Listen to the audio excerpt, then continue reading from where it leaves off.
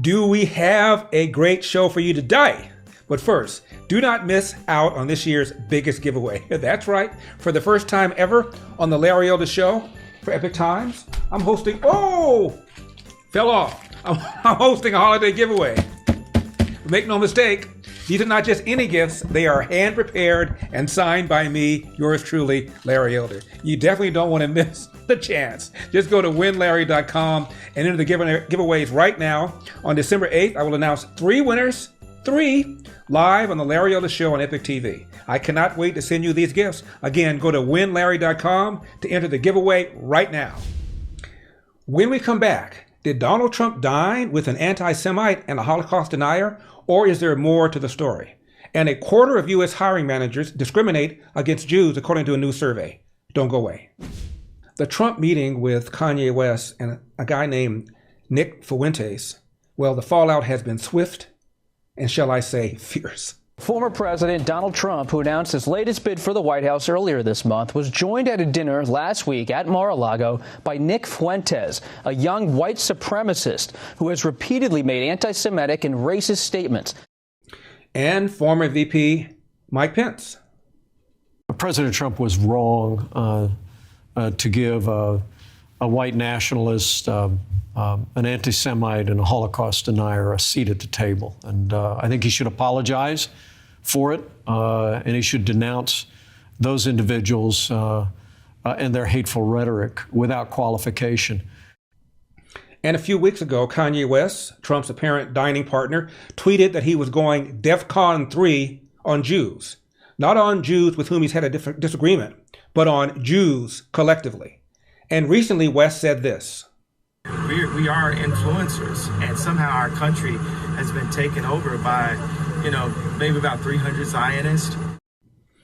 Now, the criticism has been harsh against Kanye West and against Donald Trump, and I think the criticism is legitimate.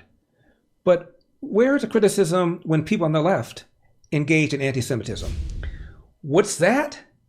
The great Eldersky has to his right a pair of MYPILLOW, my slippers at the ready? Yes, I do.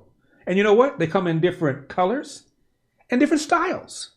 Just call the number on your screen or go to mypillow.com. Be sure you use promo code ELDER. And this, in my hot little baby brown libertarian fingers, is a MYPILLOW, or is that redundant?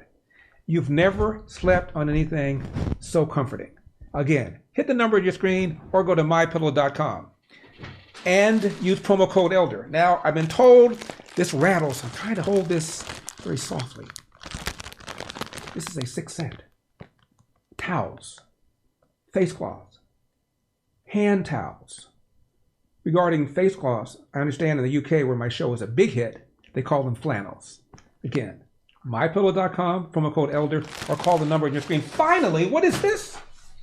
This is a MYPILLOW Giza Dream bedsheet. Mine comes in white because, after all, I am the black face of white supremacy. What other color would I get? But you're not, so you might want different colors. And, of course, they come in different sizes because beds come in different sizes. How did I know that? Because I went to law school. Hit the number on your screen or go to mypillow.com. Use promo code ELDER. I'll be right back. Take Rashida Tlaib. She is on a U.S. Congressional Civil Rights and Civil Liberties Committee. It was my ancestors, Palestinians, who lost their land and some lost their lives, their livelihood, the human dignity, their existence in many ways have been wiped out, and some people's passport. I mean, just all of it was in the name of trying to create a safe haven for Jews post the Holocaust, post the tragedy and horrific persecution of Jews across the world at that time. And I love the fact that it was my ancestors that provided that. I love the fact it was my ancestors that provided Jews a safe haven. Really? And then there's Ayanna Pressley. She's also on the U.S. Congressional Civil Rights and Civil Liberties Committee. And when Ilhan Omar and Tlaib were barred from entering Israel by the then Israeli Prime Minister Benjamin Netanyahu, an action that was supported by then President Donald Trump because of Omar and Tlaib's support for BDS, Pressley said this, quote, "When you attack one of us, you attack all of us." End of quote. She also said, and I'm quoting, "Netanyahu is stoking division and punishing dissent just like the occupant of the White House. We should reevaluate our relationships with any country who seeks to ban Americans and threatens the safety of anyone, including government officials. End of quote. And then there's Ilhan Omar. Let's go back in time. On February 10th, you responded to a tweet with the words, "It's all about the Benjamins, baby." Do you regret that tweet? Regret is a strange word. It upset many Jewish Americans, many Jews around the world. Regret is a strange world. And a lot of Jews in the 5th District. What do you say to them?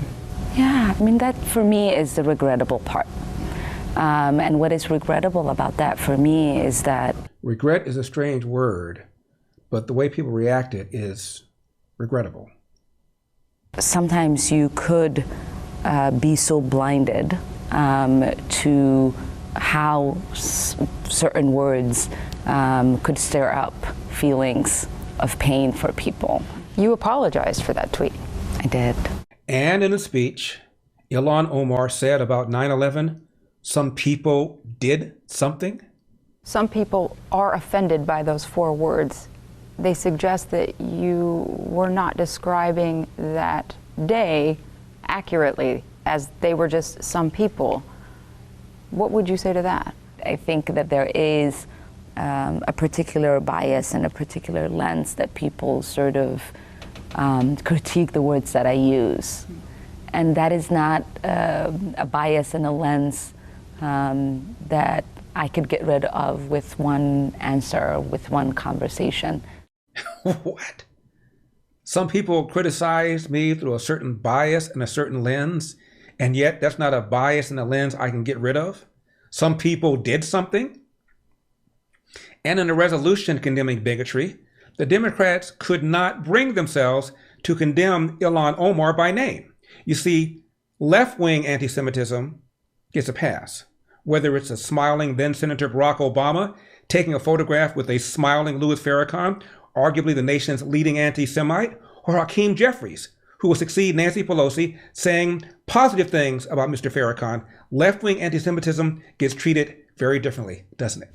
I'm Larry Elder. This has been the Larry Elder Show for Epic Times. We've got a country to save. I'll see you next time.